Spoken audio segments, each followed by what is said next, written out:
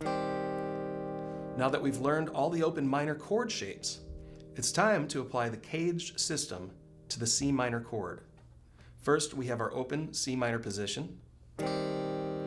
Here, the chord notes on the first or the fifth string are what connect us to the A shape C minor, which is played on the 3rd fret. From this A shape C minor chord, the notes on the 3rd and 4th strings connect us to the G shape C minor chord on the 5th fret. From the G shape C minor chord, the notes on strings 1 or 2, or on the 6th string, will connect us to overlap to the E shape C minor chord on the 8th fret. From the E shape C minor chord, the notes on strings 4 and or 5 will connect us to the D shape C minor chord on the 10th fret.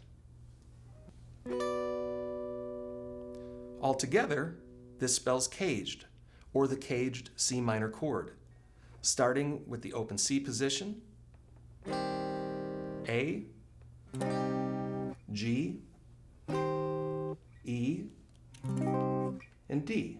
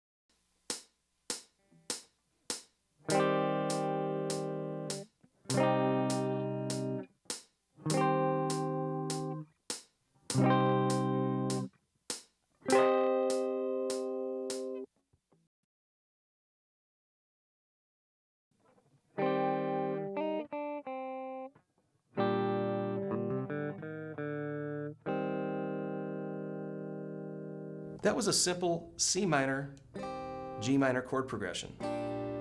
I added some scale runs to spice things up, which we will learn to do shortly. But first, let's learn the caged G minor chord so we can enhance this chord progression in different positions on the neck. The lowest possible G minor chord is the open G minor in its natural shape. Remember, we're spelling the words caged to find the next position. So since we are starting with an open G minor, the next letter after G in the word caged is E. And as we see, the notes on strings 1 and 2 and 6 are what bridge or connect the G shape G minor chord to the E shape G minor chord on the 3rd fret. From this position, the notes on the 4th and 5th strings bring us to the next shape, the D shape G minor chord on the 5th fret. So for G minor, we have the shapes G, E, D, and after D, we start to spell caged all over again. From this D shape G minor chord, the notes on the 2nd and 3rd strings connect us to the C shape G minor chord on the 7th fret. Here, the notes on the 1st or the 5th string bridge or connect us to the A shape G minor chord on the 10th fret. Let's put it all together with the tempo.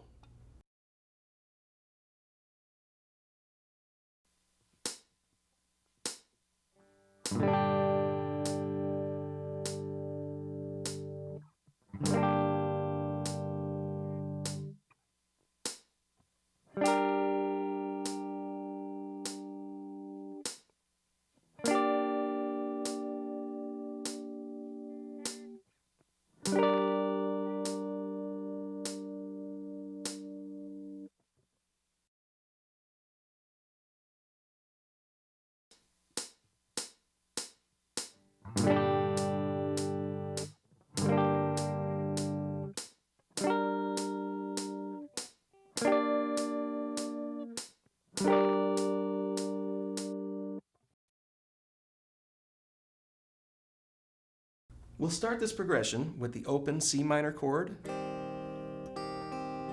change to the open G minor chord,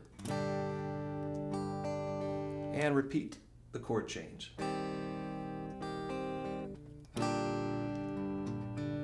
Then we'll move up to the next caged position. For C minor, the next position will be the A shape C minor chord on the 3rd fret. For G minor, we're playing the E shape G minor chord on the 3rd fret. Repeat the rhythm.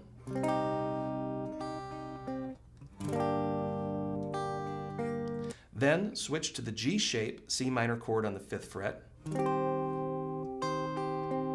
For G minor, play the D shape G minor chord on the 5th fret.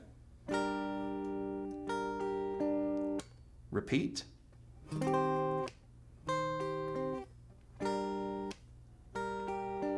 Then switch to the E shape C minor chord on the 8th fret. Then the C shape G minor chord on the 7th fret.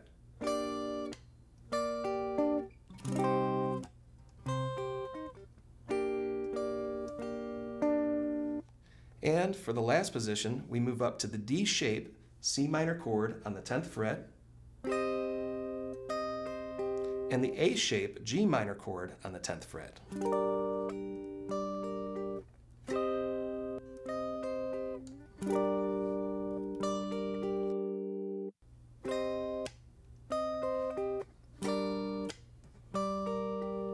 Let's play this with the tempo.